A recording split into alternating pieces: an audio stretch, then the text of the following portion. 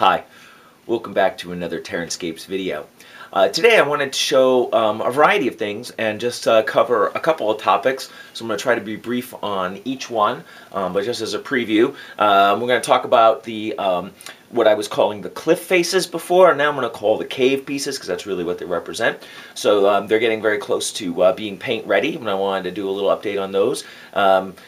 Check in with the customer. Also show you a second very quick experiment with the snow, a recent finished piece, and ask you as viewers a question. So let's start off with the cliff cave walls, and we'll go from there. These pieces were requested to be at least 6 inches tall. I talked to the customer and I wanted to go a little higher than that. I thought they'd look a little more substantial at 8 inches and also would allow me to undulate the top a bit to come down to the 6-inch height rather than going lower than that, as I wanted 6 to be the minimum. Most of these cuts are at least 6.5 inches tall. The thing I should just start off with saying is this is a lot of square inches of foam to carve, and in fact the side here where you see this truncated, there's actually another almost 4 feet extending from this side and another 4 feet extending from that side, not shown obviously in the video. So I have been concerned about the length of time that this project would take, and in an interest to try to keep this at a reasonable cost, I have tried to blast through the carving.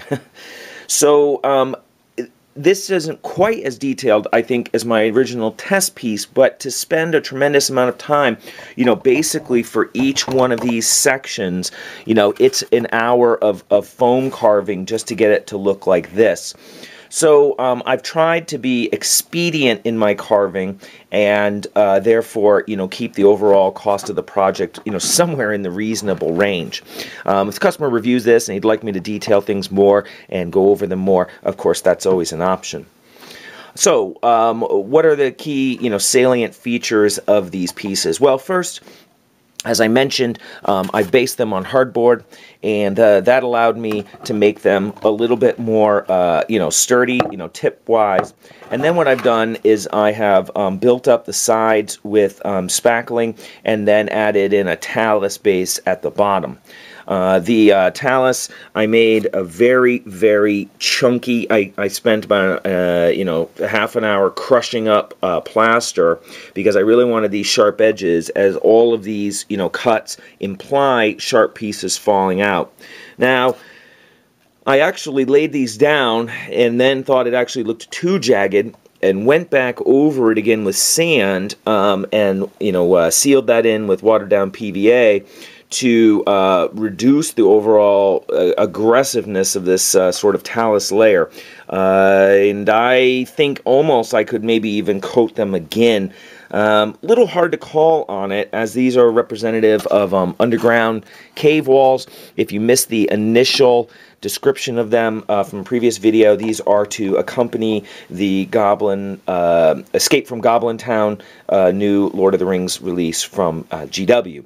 So this will create a wall around the playing area, and there are boards that accompany this set, and I'll show them, of course, when they're all finished, that will be placed on the table, and that these will be placed on top of the boards.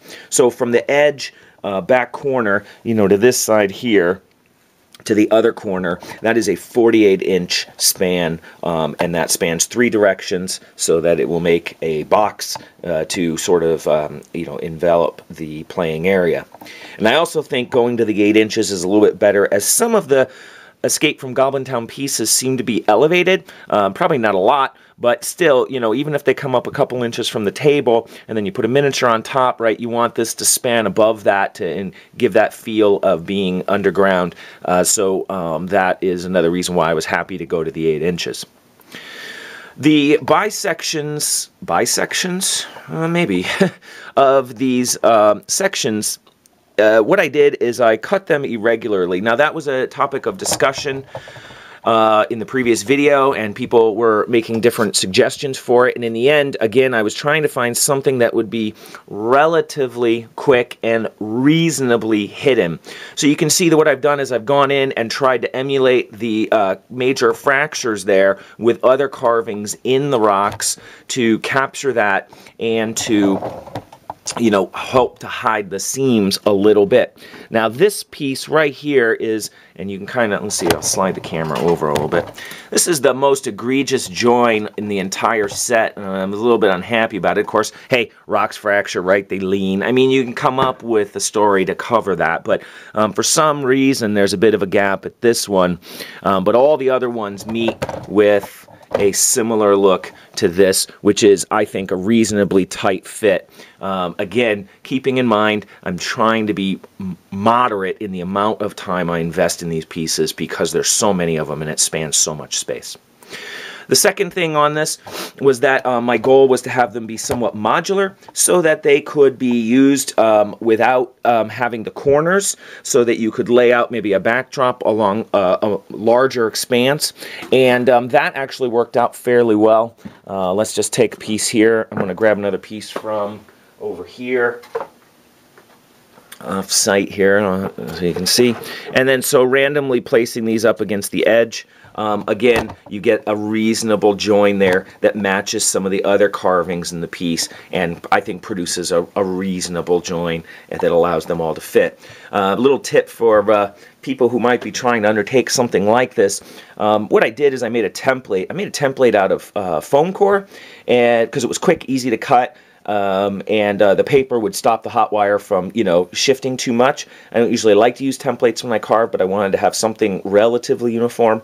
And what happened is the foam core drifted a little because the plastic inside would melt the foam, and then the paper would, you know, buckle a little bit. And I was freehand cutting it, so the blade sometimes would create undulations. So I had to go back in and do a little sanding on some of the spots to help them join up a little more, you know, tightly.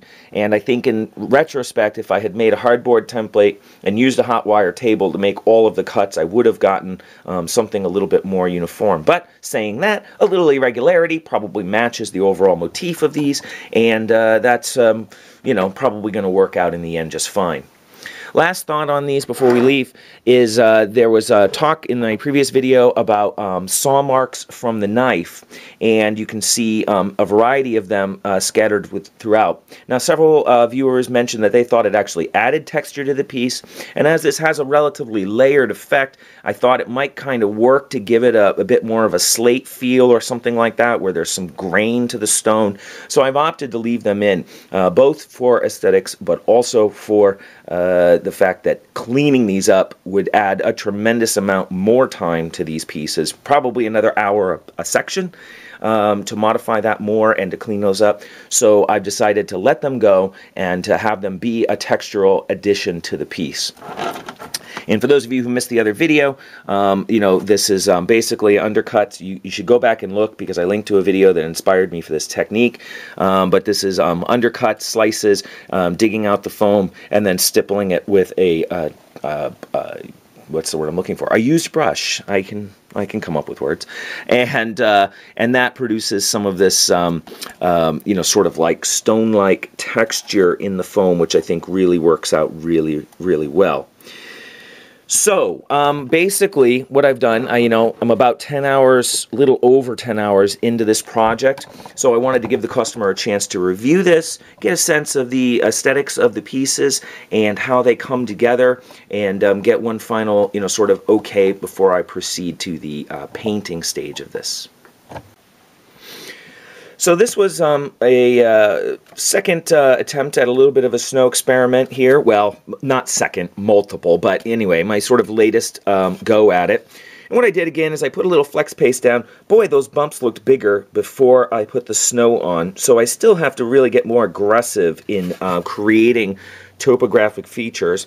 So this really covers three different experiments. One, another flex paste attempt, and the flex paste I put in with I left some very sharp ridges in some areas to see how much those would come through, whether I need to be careful in smoothing it out, and I think I do need to take a little care, although perhaps you can get this little ridge here is just a little bit too strong for me, so I can leave some, but I can't get crazy with it.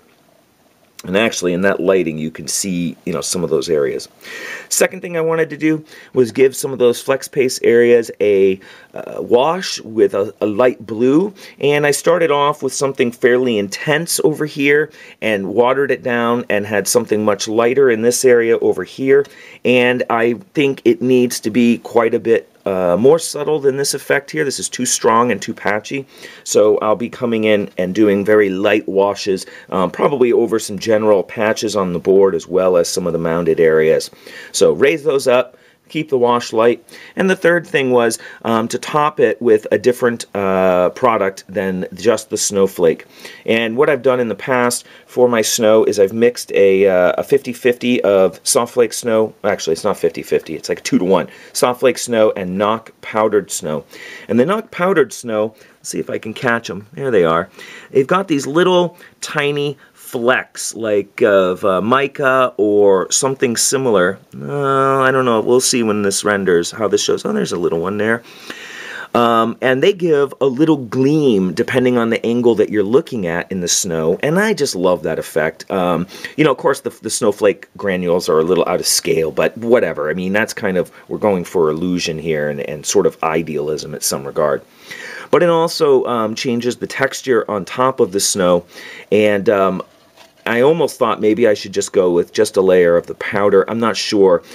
Somebody reflected on in the previous video that texture in snow, that snow looks relatively smooth, and it does. It depends on the weathering factors that have been, acting on it, and the kind of snow that's laid down. But I feel like if it's just super smooth, like what would be applied with just the baking soda, that it lacks visual interest. I guess that's my key thing. So while it may not be 100% accurate to scale, I just think that granular surface there, that texture on it, just looks frozen and harsh, and I like that. So unless the customer objects to that, that's probably the final texturing look that I am going to pursue on this project. And then what I did is I gave it a matte clear coat, and you can see here the matte clear coat eroding the foam, because this is, it's not foam safe. But basically to see if it would knock away the mica gleams, and if they don't show on camera, they do show to my eye in this light quite a bit. So they still preserve that under the matte clear coat, and that gives it a pretty good protective layer to retard dirt and rubbing off. So overall, I feel like I'm ready to move forward on the final project, and I've been doing some work on some new hill styles for this as well, which I will show in a later video. Third thing is a completely random thing. I just finished this as a request from a customer who's been with me off and on for quite a while, and this is a corrupted fountain, and it's been a while since I've done the corrupted fountain. I haven't done one of these in quite a while, and I've only done a few, so I decided to try something new with the blood effects. And in the past, what I've done is run tinted Envirotex down these spouts, and then gone in with some Mod Podge to try to add texture to it. Well, the Mod Podge adds a little bit of texture, but it's very slight, it's very hard to see, and it's a lot of time invested in it. So what I did, and you can see looking down from the top here, is instead I went in with some Liquitex Gloss Gel, and I tinted that very, very heavily with inks to try to match the Envirotex blood fill in the main body. And it does not match it exactly in color, but it worked well enough that I think it gives it a nicer textural effect. I got snow crumbling onto this. The main thing is that the Envirotex, because it settles perfectly flat, you don't get these little ripples where it's flowing into the end. And blood's pretty thick, so I'm not trying to go for a really exaggerated look, but I wanted to have some kind of flowing indicating at that, and the water effects allows me to do that. Then I've gone over this with a clear coat of the Mod Podge. I haven't used that in a little while, but I wanted something subtle rather than the gloss gel, which has quite a bit of stiff peaks in it. This gives a nice subtle, undulation of, sort of more of a goo effect than other kinds of water coatings. And then I add in just a little bit of moss and a few bits of foliage, and I've stained the base, and weathered it to, and I think better than some of my previous. And I've tried to be a little bit more sparing in some of the foliage that I apply to this, and I think in the past I've probably been a little bit heavier, and so this is, probably a little bit closer to what I think feels a little bit more right to me. Anyway, a little example of how projects change over time as I revisit them, especially things that I haven't done in quite a while. The corrupted fountain. So I hope you enjoyed taking a look at all of those pieces. Sort of a little grab bag video here for this one. But I also had two other topics that I just wanted to address.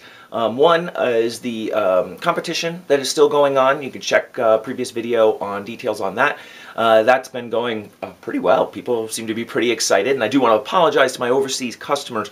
People have been asking, if I can pay the shipping, I don't mind. And I'll be honest, I was reluctant to open it up that way, mainly because I am a little concerned about the castle traveling well, and I feel less bad if it arrives with a ding, if it was completely free, than if you paid $50, $60 for shipping and then it arrives and something got crunched. And of course, traveling further overseas means that the likelihood of damage increases. So that's why I restricted it. It's mostly because I want to feel really good when the person gets it, because they feel really good, not disappointed. But I will try to keep it in mind for the future, and who knows? Subscriptions seem to be growing, so who knows? We'll hit the next milestone, sometime probably sooner than I expect, and we'll see about maybe trying to do something that includes the entire world community of terrain hobbyists, if you will. Other people have been concerned about double entries. Apparently some people, and I took a look at the list of entries so far, and there's definitely a pattern whereby some people feel like their entry didn't go through and they've double entered or triple entered or something like that. But they're all right next to each other. So if you've done that, don't be alarmed. I understand that we're dealing with some weird techie things there, and I will go through and clean up any entries that are really close to each other, knowing that you probably, hit the send key twice or something like that. I played with it a little bit when I set it up, but of course I didn't do all the troubleshooting that I possibly could, so I assume there's probably small technical glitches for some people, but so far it looks like around 400 entries and growing, so if you haven't entered, you might want to get it in now. Lastly, talk about grab bag. Lastly, I was recently contacted about placing ads on my videos, and this is something that I have stayed away from for the 4 years or so that I have been doing these videos. Maybe it's more like 5 years now. And my reasoning was threefold. One, I find ads terribly annoying. And their proliferation is crazy now, but still, I'm just like an anti-ad person. So my principles are, I don't like them, so I didn't want to subject other people to them. Two is, I felt like, customers don't need to, or customers, right? I mean, I'm showing my work to customers, and I feel like adding ads on top of that just seems, I don't know, maybe not appropriate and annoying to them. And three, I can't control who I advertise for, and I might have some philosophical objections to some, advertisers showing up on my site. So I've stayed away from it, but I was talking to my wife about it and asking her, what do you think? And we were discussing, potential revenues, which are not a lot really, maybe $300 a year. Maybe for my current viewing rates, which of course would change over time and more subscribers and blah, blah, blah. But then she thought, well, you should ask, the viewers, since you're the ones who would be basically sort of seeing that and paying with your time for that.